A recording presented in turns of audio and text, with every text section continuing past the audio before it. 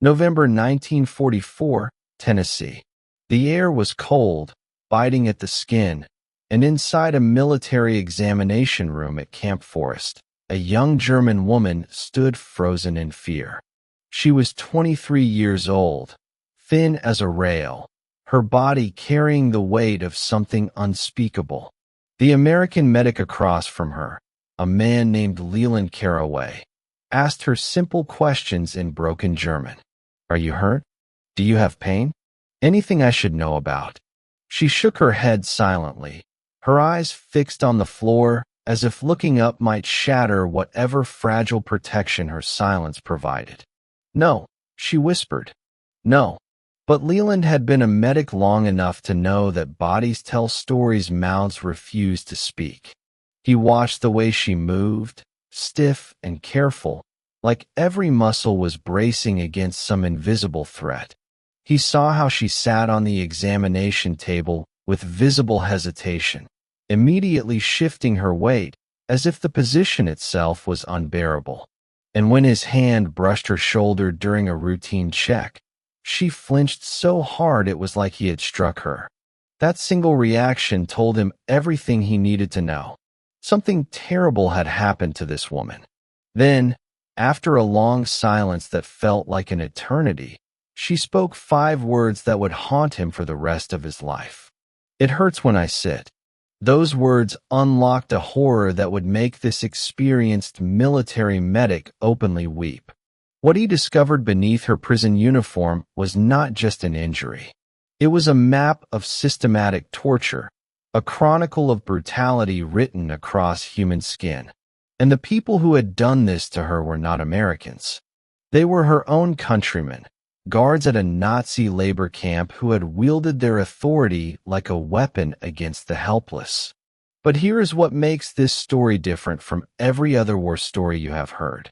What happened next between this enemy prisoner and her American captor would become one of the most powerful examples of compassion to emerge from the entire Second World War, a testament to the idea that healing can cross even the deepest divides.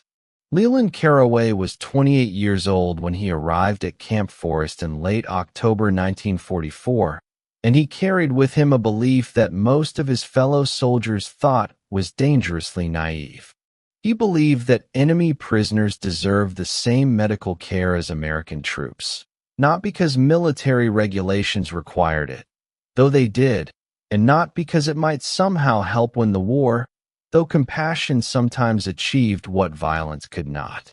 He believed it because he had been raised by a father who taught him that suffering erased the lines drawn on maps, that pain spoke a language older than any nation, and that a doctor who chose his patients based on their uniform had betrayed the very oath he swore to uphold. Leland was tall and thin with hands that trembled when he was nervous but steadied the moment they touched a wound.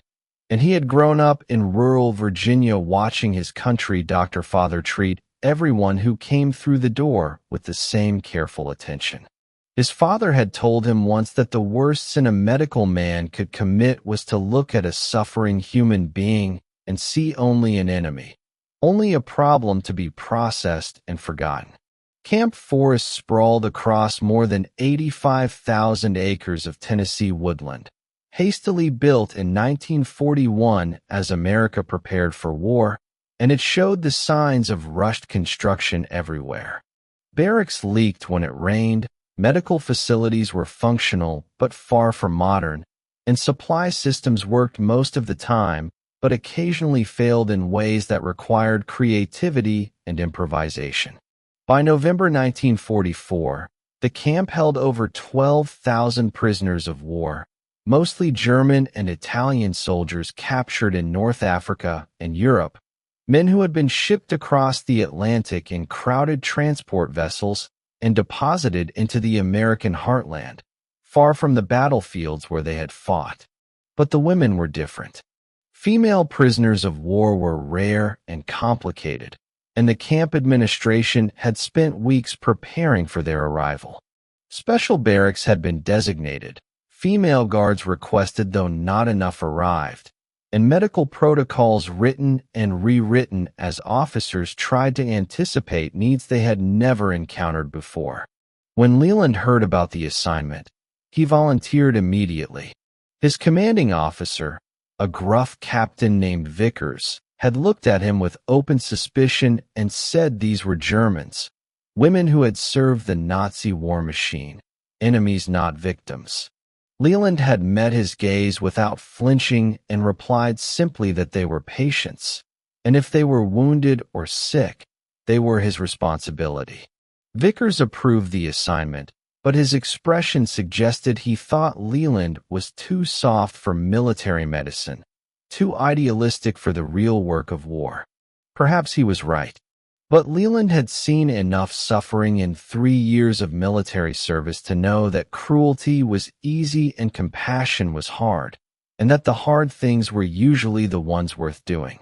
The night before the women arrived, Leland walked through the medical facility, checking supplies and preparing examination rooms, the cold air carrying the scent of wood smoke and sharp disinfectant.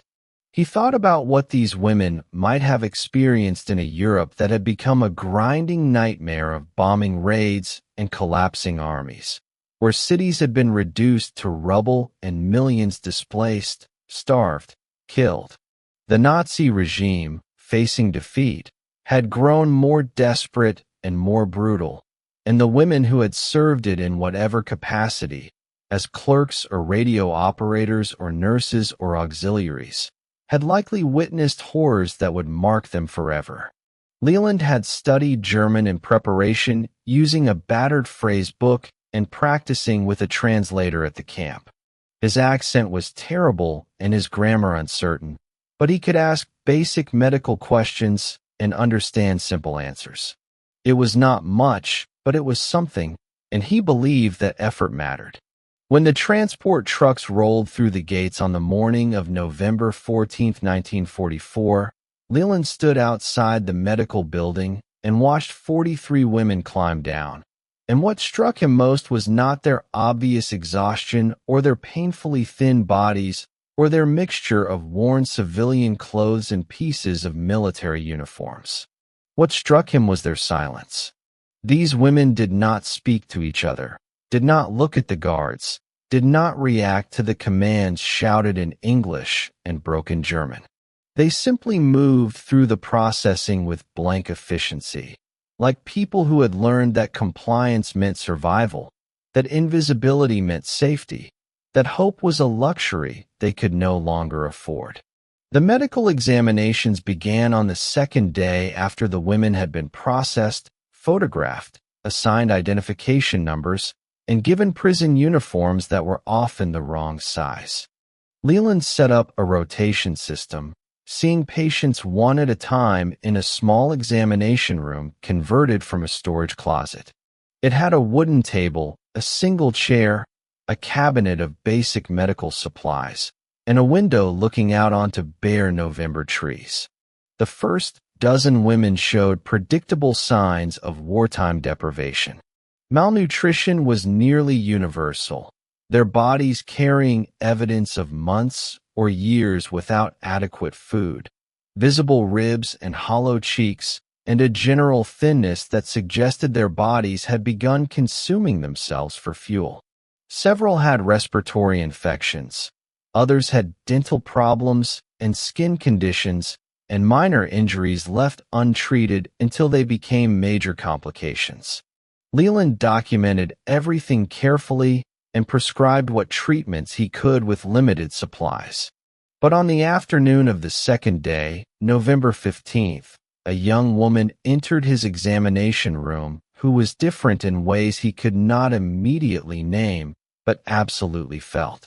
Her identification card listed her as Hannelore Seidel, age 23, former clerk and radio operator at a coastal defense installation near Rostock, captured by British forces in May 1944 and transferred through several POW camps before being selected for transport to America.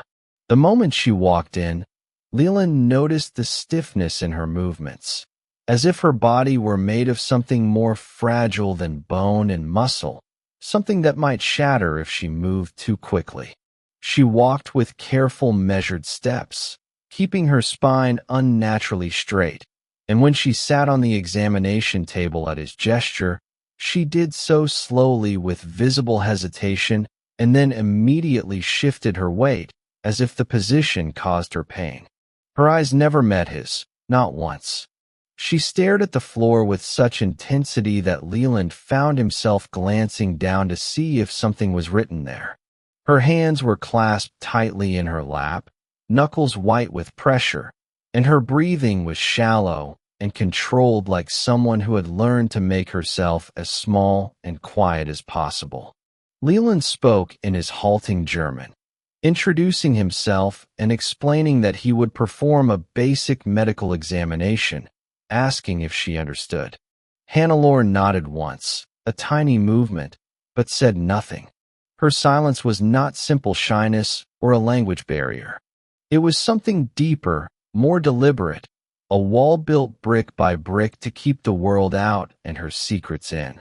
He asked the standard questions. Did she have pain? Any injuries? Any medical problems he should know about? To each question, Hannelore responded with either a small shake of her head or a barely audible no that seemed to cost her enormous effort. But Leland had been trained to observe, and observation was revealing things her words tried to hide. When he asked her to take a deep breath so he could listen to her lungs, she complied, but he noticed the way she winced, the way her left shoulder seemed to lock when she tried to expand her chest fully. When he gently touched her shoulder blade to position his stethoscope, she went rigid, her entire body tensing like an animal expecting a blow. "Does this hurt?" Leland asked softly, keeping his hands light and visible. Another headshake, but her face told a different story. A muscle in her jaw twitched. Her breathing became even more shallow, and when he pressed gently on the shoulder joint itself, asking her to move her arm forward and back, the movement was restricted and painful, accompanied by a sound she could not quite suppress, a small intake of breath that spoke of agony being carefully managed and deliberately hidden. According to the Geneva Convention, prisoners of war were required to receive medical care equivalent to that provided to the capturing nation's own forces, which meant Leland had both the authority and the obligation to conduct thorough examinations and provide treatment. But he also understood that authority meant nothing to someone who had learned to fear it. That obligation could not override the deep human instinct to protect oneself by hiding vulnerability. He stepped back, giving Hannelore space, and spoke to her again carefully. "I am here to help you," he said in German. "You are safe now. If you are injured, I need to know so I can treat you properly." For the first time, Hannelore's eyes flickered up to meet his, just for a moment, just long enough for Leland to see what lived behind them. Fear, yes, but also something else, something that looked like the terrible weight of a secret too heavy to carry alone, but too dangerous to share. Then her gaze dropped again, and the wall rebuilt itself, and the silence returned thicker than before. Leland made a decision in that moment that would change everything. He could have simply noted in her file that she appeared healthy enough, that she showed signs of malnutrition like the others, and moved on to the next patient in the long line waiting. He could have accepted her silence as an answer, her denials as truth. But something in that brief moment of eye contact had communicated a plea her words could not speak, and Leland had spent too many years learning to read the language of suffering to ignore it now. "I need to examine your shoulder more carefully," he said slowly so she could understand each word. "I believe you have an injury there. It may be serious. I cannot help you if I do not know what is wrong." Hannelore's hands tightened in her lap. For a long moment she did not move, did not speak, did not even seem to breathe. The examination room was so quiet that Leland could hear wind moving through bare branches outside, could hear distant guards shouting commands. could hear his own heartbeat pulsing in his ears as he waited for her to make a choice between continued silence and the terrifying vulnerability of truth. Finally, in a voice so quiet he had to lean forward to hear it, Hannelore spoke, not in single words this time, but in a sentence that seemed to tear itself from her throat with physical effort. "It hurts when I sit." The words hung in the air between them, and Leland felt something shift in his understanding. A shoulder injury that caused pain when sitting suggested damage extending beyond the joint itself, trauma to the back, to the spine, to the muscles connecting the shoulder to the rest of the body. It suggested an injury that had been severe, inflicted with force, and never properly treated. "Can you show me?" Leland asked, keeping his voice gentle and his movements slow, aware he was asking her to cross a boundary she had fought hard to maintain. Another long silence. Then, with trembling hands, Hannelore reached for the collar of her prison uniform and slowly, painfully pulled it down to expose her left shoulder and upper back. What Leland saw made his professional composure falter. The shoulder blade was misshapen, sitting at an angle that was not anatomically correct, suggesting the bone had been broken and healed improperly without medical intervention. The surrounding skin was marked with scars, long, thin lines with the distinctive appearance of wounds made by something sharp and deliberately applied, wounds inflicted multiple times over an extended period. But it was the bruising that made his breath catch. Even weeks after the original injury, the discoloration was still visible, a sickly yellow-green stain spreading across her shoulder and down her back, marking the ghost of violence that had been catastrophic in its force. Based on what he could see, Leland estimated her shoulder had been struck with something heavy, a rifle butt or club or boot, with enough force to fracture the bone and damage surrounding tissue so severely that sitting upright compressed the injured area against a chair, causing the pain she had finally admitted. "Who did this to you?" Leland asked, though he already suspected the answer. Hannelore's voice, when it came, was flat and emotionless, as if reporting something that happened to someone else. "A guard at the labor camp where I was sent," she said, "before the coastal station." "When did this happen?" "March," she replied. "March of this year. 8 months ago." 8 months she had carried this injury without treatment, without care, without even acknowledgement. 8 months of pain every time she sat, every time she moved her arm, every time she tried to sleep. 8 months of keeping this secret because speaking about it might have invited more violence, more punishment, more attention from guards who saw prisoners not as human beings, but as objects to be used and discarded. Leland examined the shoulder as gently as he could, but even his careful touch caused Hannelore to flinch, caused her breathing to become rapid and shallow, caused tears to form at the corners of her eyes, though she did not let them fall. The joint had limited range of motion. The bone had fused incorrectly. The damage was permanent in some ways, though with proper treatment some function might be restored and some pain reduced. "Why did he do this?" Leland asked, though he was not sure he wanted to know the answer. Hannelore's response came in a whisper. "I was too slow," she said. "I did not move fast enough when he gave an order, so he taught me to move faster." The clinical description of such brutal pedagogy made something crack in Leland's chest, made his hands shake as he reached for his notepad to document the injury, made him understand that what he was witnessing was not just one woman's suffering, but a glimpse into a system of cruelty that had operated with official sanction and without meaningful oversight. And he understood, too, that if Hannelore had hidden an injury this severe, there were likely others she had not yet revealed.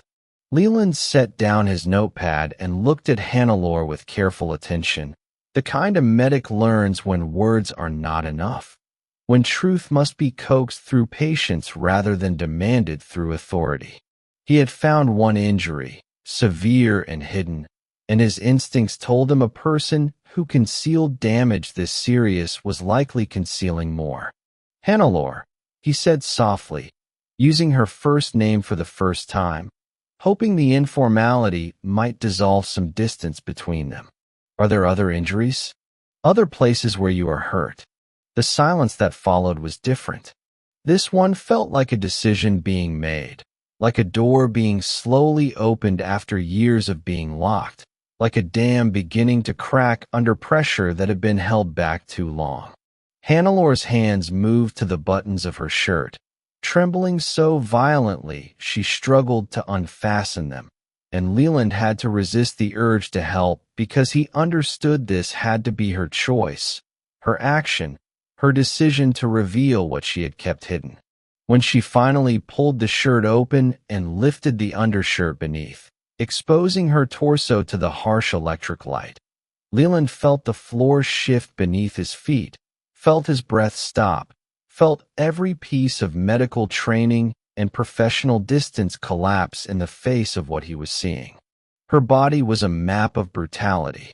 Long scars crisscrossed her back and sides, some old and faded to white, others more recent and still raised in pink, scars with the distinctive pattern of being made by something sharp and flexible, a whip or belt, or perhaps a length of cable or wire. There were burn marks on her ribs, circular and deliberate, suggesting cigarettes or heated metal applied to skin. And there were bruises in various stages of healing, from fresh purple-black marks to older ones turned green and yellow, bruises forming patterns suggesting boots and fists, and the systematic application of violence over weeks or months. But worse than the visible injuries were signs of what had been done internally. Her rib cage was grotesquely visible, each bone defined beneath skin that had lost almost all its fat, suggesting malnutrition so severe it bordered on starvation. There were also signs of infection. Several scars showed redness and swelling indicating they had never healed properly, that bacteria had taken hold in wounds left untreated, that her body had been fighting a battle against sepsis without antibiotics or proper care. One particularly large scar across her lower back was weeping clear fluid, infected and dangerous, the kind of wound that could kill if left unattended much longer. Leland felt tears begin to form in his eyes, felt them spill over despite his efforts to maintain composure, felt them run down his cheeks as he stood looking at this evidence of systematic torture inflicted on a young woman whose only crime had been existing in the wrong place at the wrong time under the wrong regime. He turned away for a moment, wiping his face with the back of his hand, ashamed of his emotional response but unable to stop it, unable to look at this suffering and remain clinically detached. When he turned back, he found Hannelore watching him with confusion and something that might have been fear. She was not accustomed to seeing her pain reflected in another person's face, not accustomed to having her injuries treated as something worthy of grief rather than indifference or contempt. "Where did this happen?" Leland asked, his voice rough with emotion. "Stutthof," Hannelore said quietly. "I was there for 7 months before they transferred me to the coastal facility." Leland knew the name. Stutthof had been one of the first concentration camps established by the Nazi regime, and it had held tens of thousands of prisoners over the years. "The guards there," Hannelore continued, her voice flat again, "they did not need reasons. Sometimes they beat us because we were slow, sometimes because we looked at them wrong, sometimes because they were bored and we were there. The casualness of the violence, the bureaucratic normalization of torture, the complete absence of accountability, these were features of a system that had abandoned any pretense of human decency, that had given ordinary men extraordinary power and encouraged them to use it without mercy or restraint." Leland reached for his medical bag with shaking hands. pulling out antiseptic and bandages and the limited antibiotics he had available. He would treat these wounds. He would document every injury. He would make sure someone somewhere knew what had been done to this woman, and he would make certain it would never happen to her again.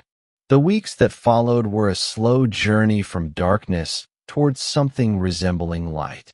Leland referred Hannelore to the camp physician, Dr. Oswin Hardy, for comprehensive treatment of her more serious injuries, and together they developed a care plan addressing both immediate medical needs and the longer-term damage that years of abuse and malnutrition had caused.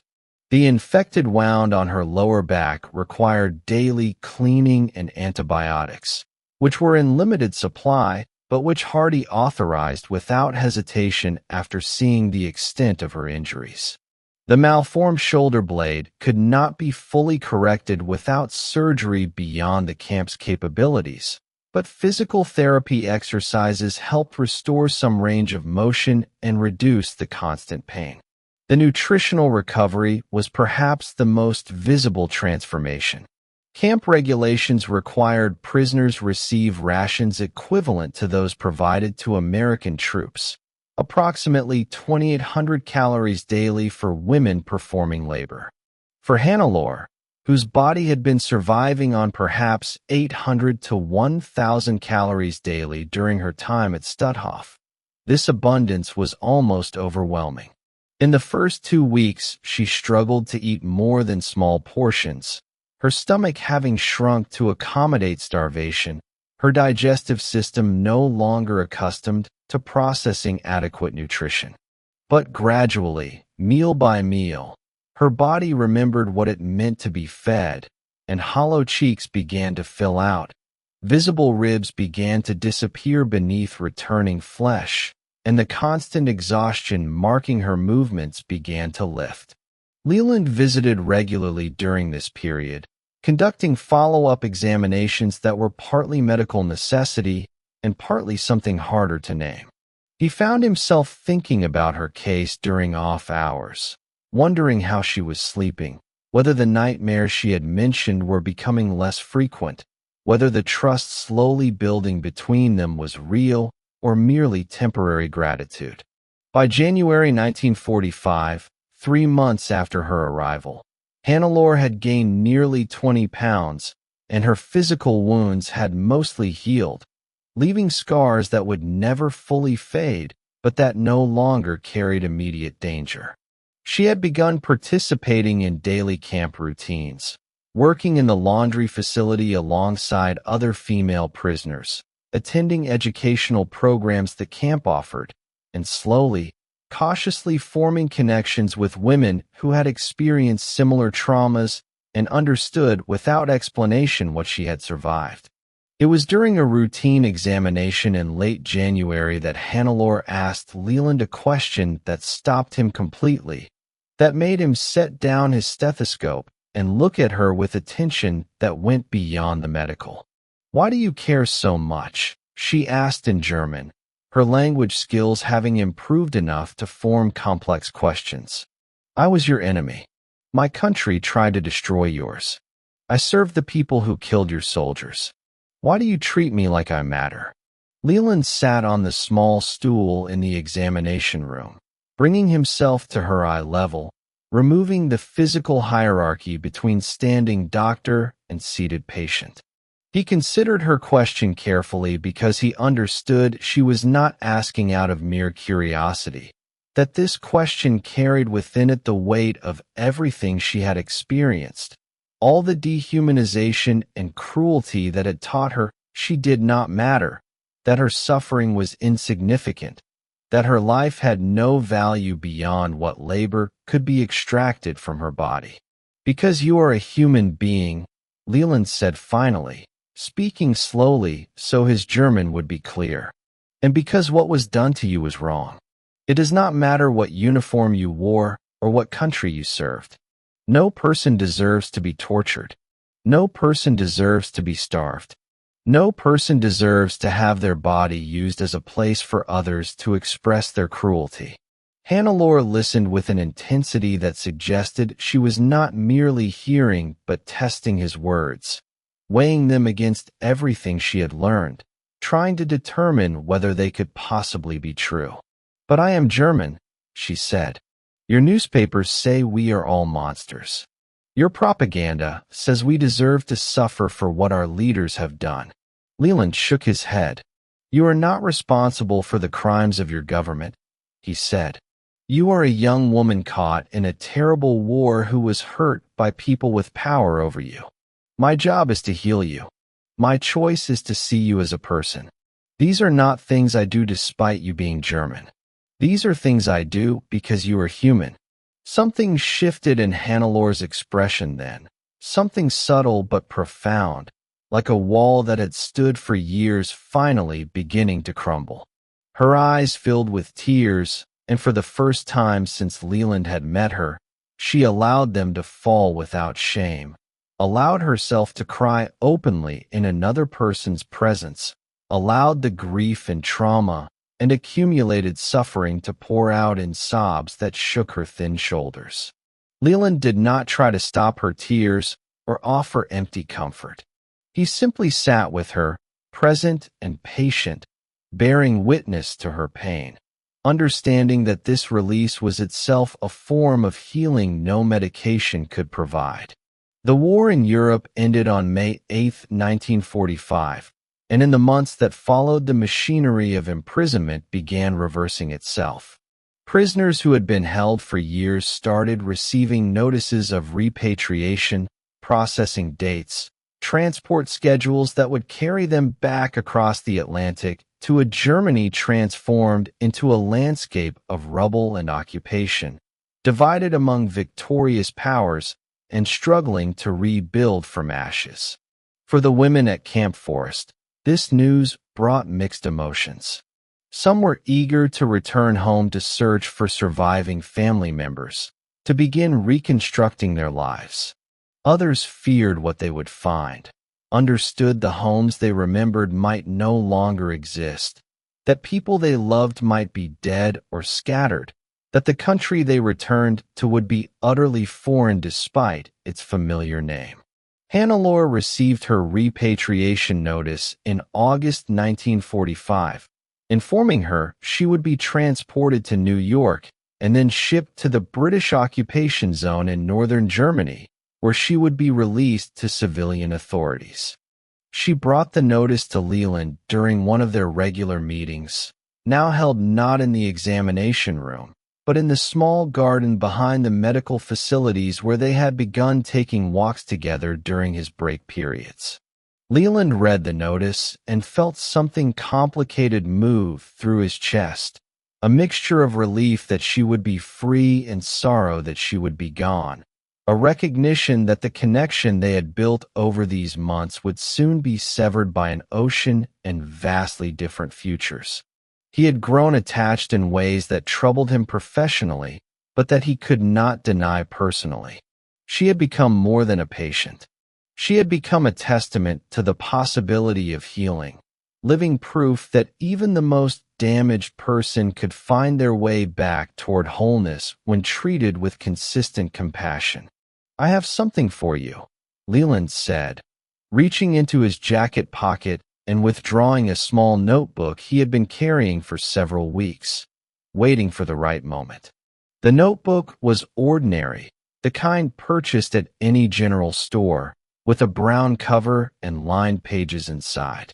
But what made it extraordinary was what Leland had written within it over many late nights in his barracks, working by lamplight with his German dictionary beside him, composing sentences he hoped would carry meaning beyond their simple words. Hannelore took the notebook and opened it carefully, as if it were something fragile and precious. Inside, in Leland's careful handwriting, were pages of German text, sometimes grammatically imperfect, but always clear in intention. He had written words of encouragement reminding her how far she had come, how much she had survived, how strong she had proven herself to be. He had written practical information, names of doctors in Germany who might help with her shoulder, addresses of relief organizations providing assistance to returning refugees. And he had written something more personal, an acknowledgement of what their time together had meant to him, a hope that she would find peace and happiness in whatever life awaited her. Hannelore read through the notebook slowly, her lips moving slightly as she worked through Leland's German, tears streaming down her face, but a smile forming at the corners of her mouth. When she finished, she looked up at him with gratitude beyond what words could capture, an acknowledgement that he had given her something more valuable than medicine, that he had given her back a belief in human kindness the camps had nearly destroyed. "I will never forget you," she said simply. "You showed me that not everyone with power uses it to hurt. You showed me that healing is possible. You saved my life, not just my body." Leland walked her to the transport truck on the morning of her departure, standing among other medical staff who had gathered to say goodbye to patients who had become, in some strange way, part of their extended family. As Hannelore climbed into the truck, she turned back one final time and raised her hand in a small wave, and Leland raised his in return, holding the gesture until the truck disappeared down the dusty road and out of sight. He never heard from her again. Letters sent to addresses he had were returned undelivered.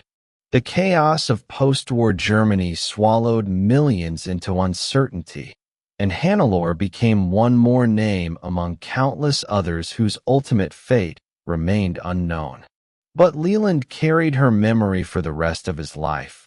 Through his return to civilian medicine in Virginia, through decades of practice as a country doctor like his father before him, through every patient he ever treated with the particular gentleness he had learned was necessary when confronting hidden trauma. Her question echoed in his mind across the years. "Why do you care?" And his answer remained the same, spoken silently to every suffering person who sat before him. "Because you are human. Because your pain matters. Because compassion is the only response to cruelty that does not perpetuate it." In the end, the greatest weapon against dehumanization was simply the stubborn insistence on seeing each person as fully human, worthy of care, worthy of healing, worthy of hope.